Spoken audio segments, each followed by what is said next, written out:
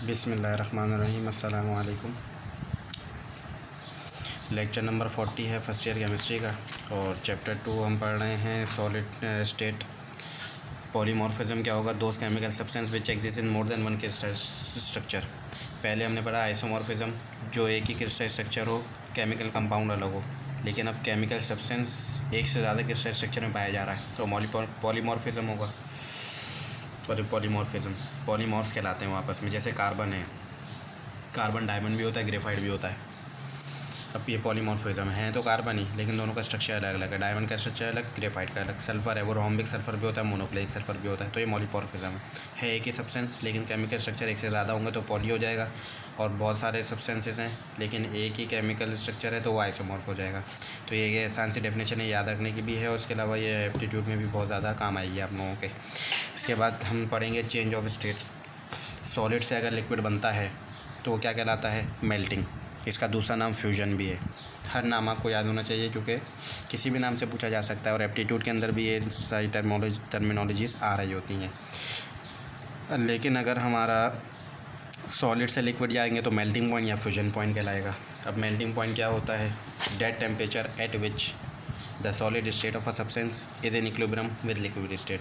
Solid state और liquid state आपस में इक्विलिब्रियम में आ जाएं, उसे मेल्टिंग पॉइंट कहते हैं।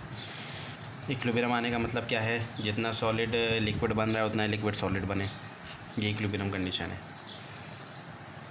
अच्छा, डिपेंडेंट मेल्टिंग पॉइंट किन किन चीज़ों पर डिपेंड करता है? इम्प्योरिटीज़ और प्रेशर पर।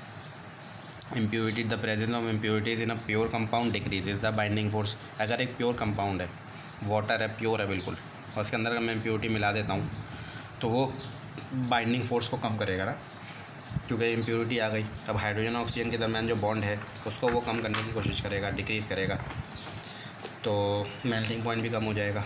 और प्रेशर, अगर मैं प्रेशर बढ़ाऊँगा तो मेल्टिंग पॉइंट भी बढ़ जाएगा कुछ सॉलिड्स का, और कम करने पे कुछ सॉलिड्स का बढ़ जाता है। तो प्रेशर बढ़ाने से कुछ सॉलिड्स का मेल्टिंग पॉइंट बढ़ता है, कुछ का कम होता है। दो solid which expand on heating. अब किन किन का बढ़ता है, किन का कम होता है? तो जो सॉलिड्स एक्सपेंड होते हैं हीटिंग पर, उस सॉलिड्स के अंदर अगर मैं प्रेशर बढ़ाऊँगा तो मेल्टिंग पॉइंट भी बढ़ जाएगा, क्योंकि प्रेशर बढ़ाने से मेल्टिंग का प्रोसेस जो है उसको वो रोकता है। और लेकिन वो सॉलिड्स जो कॉन्ट्रैक्ट होते हैं कूलिंग पे, अगर मैं प्रेशर बढ़ाऊँगा तो मेल्टिंग पॉइंट कम होगा, क्योंकि प्रेशर बढ़ाने से मेल्टिंग का प्रोसेस रुकता है। अब latent heat of fusion, latent heat कहते हैं छुपी हुई हीट को, और फ्यूजन मतलब melting. The amount of heat required to convert 1 gram of solid material into liquid state.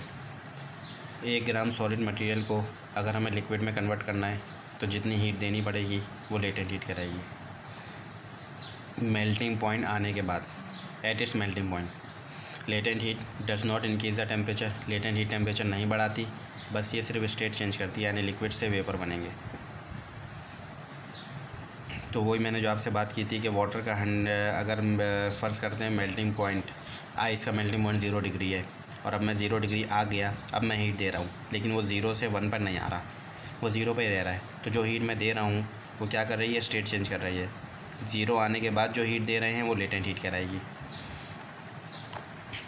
अब falling drop of liquid is spherical in shape. अब ये रीजंस हैं, ये भी आप लोगों को पता होने चाहिए। जब भी कोई ख़तरा गिरता है तो वो गोल दायरे में क्यों होता है, गोल क्यों होता है? Falling drop of liquid free body है ना, and the molecules at its surface attract towards the centre due to surface tension. हमने सरफेस टेंशन का पढ़ लिया। सरफेस टेंशन क्या कहता था? कि जो सरफेस पे पार्टिकल होते थे वो अट्रैक्ट हो रहे होते थे सेंटर की तरफ।